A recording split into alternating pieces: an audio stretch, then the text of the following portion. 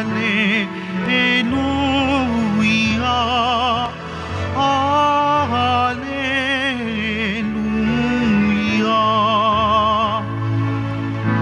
Tayo'y laging magtanod, sapagkat di natin talos ang pagbabalik ni Jesus. Hallelujah. Hallelujah.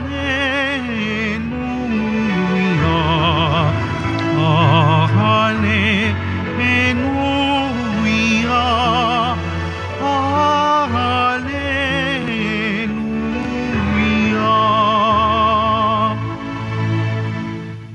Sumainyo ang Panginoon. At sumaiyo rin. Ang mabuting balita ng Panginoon ayon kay San Lucas. Papuri sa iyo, Panginoon. Noong panahong iyon, sinabi ni Jesus sa kaniyang mga alagad, "Tandaan ninyo ito, kung alam lamang ng puno ng sambahayan, kung anong oras darating ang magnanakaw, hindi niya pababayaang pasukin ang kaniyang bahay. Kayo may dapat humanda, sapagkat darating ang Anak ng Tao sa oras na hindi ninyo inaasahan." Itinanong ni Pedro, "Panginoon, sinasabi po ba ninyo ang talinghagang ito para sa amin o para sa lahat?" Tumugon ang Panginoon, "Sino nga ang tapat at matalinong alipin? Hindi ba siya ang pamamahalain ng kanyang Panginoon sa sambahayan nito, upang mabigyan sa ibang mga alipin ng kanilang pagkain sa karampatang panahon? Mapalad ang aliping iyon. Kapag dinatnan siyang gumagawa ng gayon, pagbabalik ng kanyang Panginoon, sinasabi ko sa inyo, pamamahalain siya ng kanyang Panginoon sa lahat ng ari-arian nito.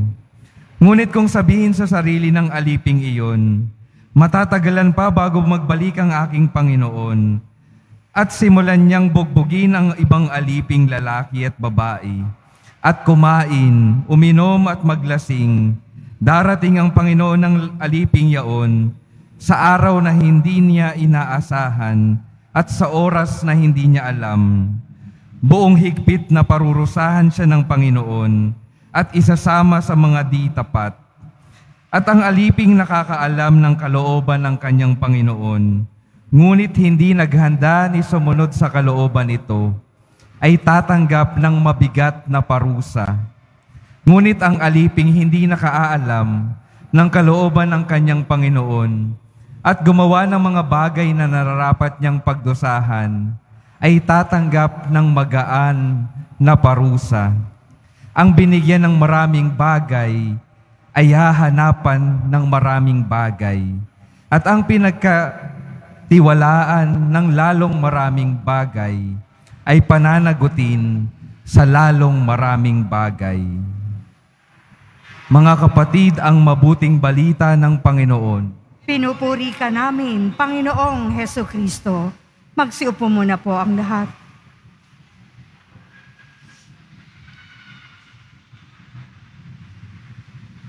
Magandang hapon po sa inyong lahat at maligayang pagdating sa tahanan ng ating mahal na pong Jesus Nazareno.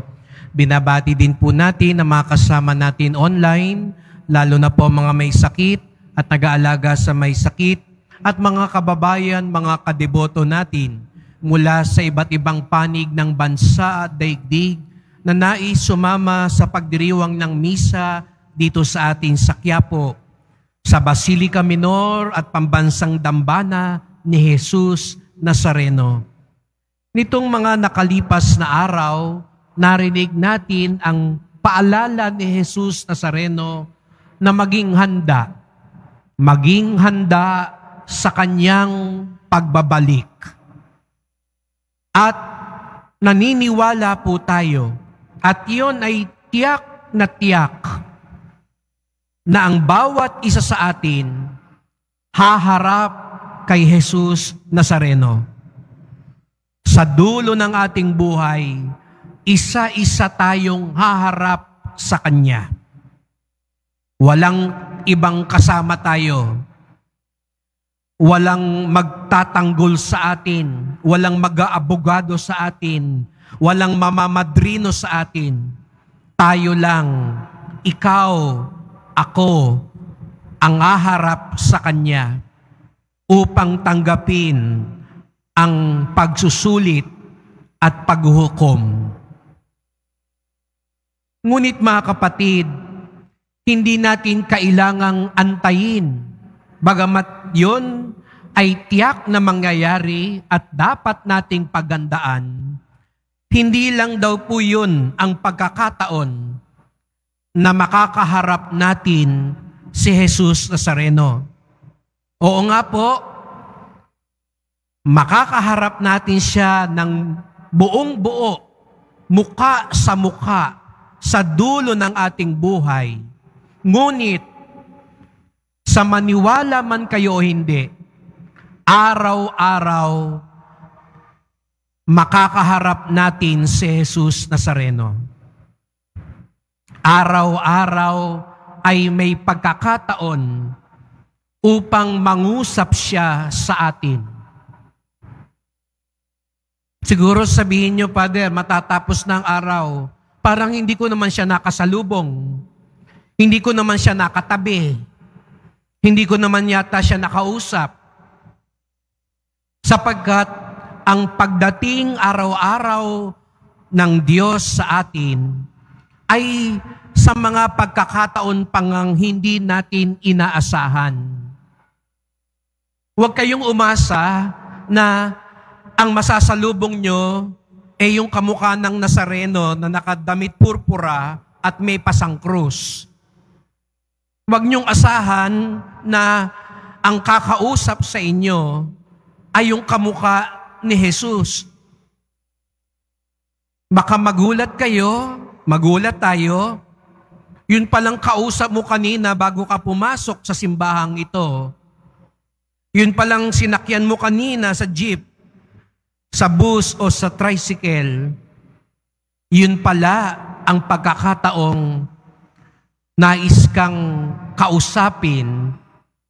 Yun pala ang pagkakataong nagpaparamdam ang Diyos sa iyo.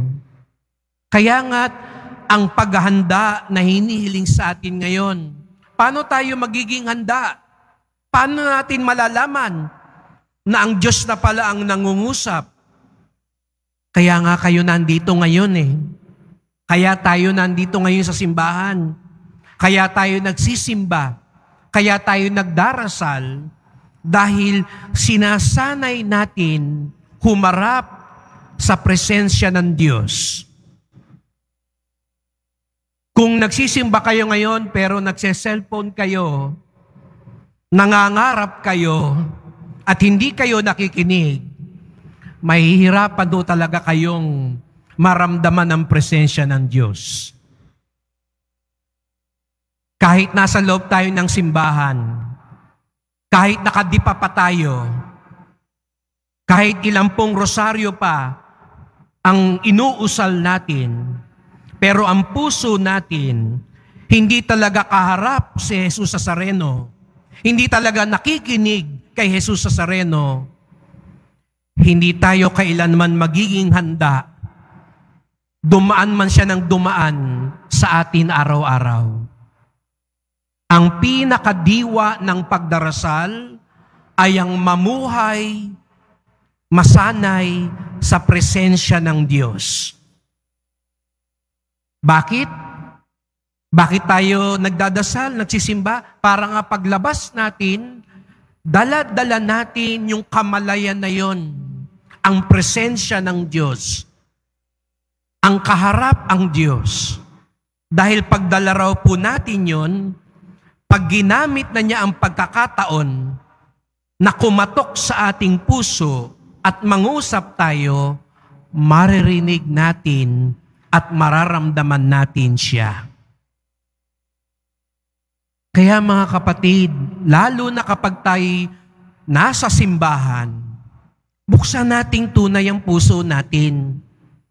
Hindi sapat yung katawan natin nasa loob ng simbahan, pero yung isip natin, yung kalooban natin, sa totoo lang, wala sa simbahan. Hindi sapat na mag-init lang po yung upuan ninyo dahil 30 minuto kayong nandito at nandyan sa lugar ninyo. Sana wag lang yung upuan nyo mag-init, yung puso din nyo mag-init. Dahil hinipo tayo ng Diyos.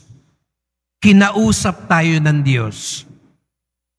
Kahit buong araw nasa loob tayo ng simbahan, kahit umuusok na sa init yung upuan na yan, dahil kanina pa kayo nakaupo, kanina pa kayo nakaluhod, pero ang kamalayan ay hindi pa rin sa harap ni Jesus Nazareno, mahihirapan po tayong maging handa, lalong-lalo na sa huling pagpapakita niya at pagharap natin sa Kanya.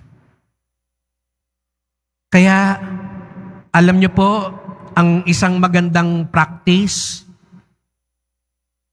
para masanay tayo maging handa, lagi nating isipin, nagdadasal ka man, nasa jeep ka man, kumakain ka man, nagtatrabaho ka man o naglilingkod ka, alam niyo magandang isipin,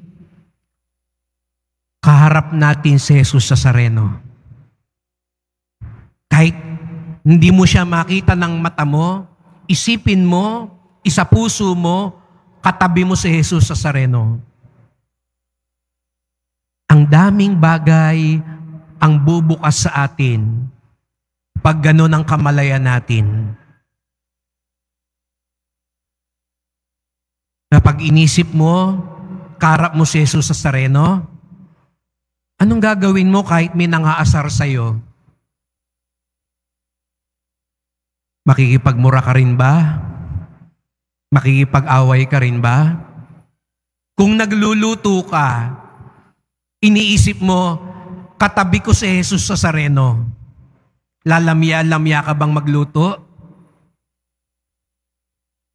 Kung iniisip mo, katabi ko si Jesus Nazareno at mamaya, kasamang kakain si Jesus Nazareno, natitiyak ko, pag-iigihan mo yung pagluluto mo. Yung mga naglilingkod dito po sa simbahan, kung iisipin ninyo, nagsisimba din ngayon si Jesus Nazareno. Yung mga nasa harapan siguro po, yung mga usher natin mamaya, ngingiti kayo at ngingiti. Yung mga magbabasa natin, yung kumakanta natin, pag-iigihan nyo, abay maririnig pala ni Jesus Nazareno yung pagbabasa ko, yung pagkanta ko, yung pagsalubong ko. Nakita niyo po, ang laki ng pagkakaiba. Pag isinaisip mo lagi, kaharap ko si Jesus Nazareno. At huwag niyong isiping kabaliwan yun. Baka sabihin niyo, Padre naman, baka akala nila si Raulo kami kung iniisip namin, katabi namin si Jesus Nazareno. Hindi ko kabaliwan yun. Katotohanan po yun. Sapagkat kapiling natin ng Diyos. At kung ganun daw lagi tayo, magiging handa ka. Magiging handa ka. Hindi lang sa pagbabalik niya sa dulo ng ating buhay. Magiging handa ka sa pagharap niya sa atin araw-araw ng ating buhay.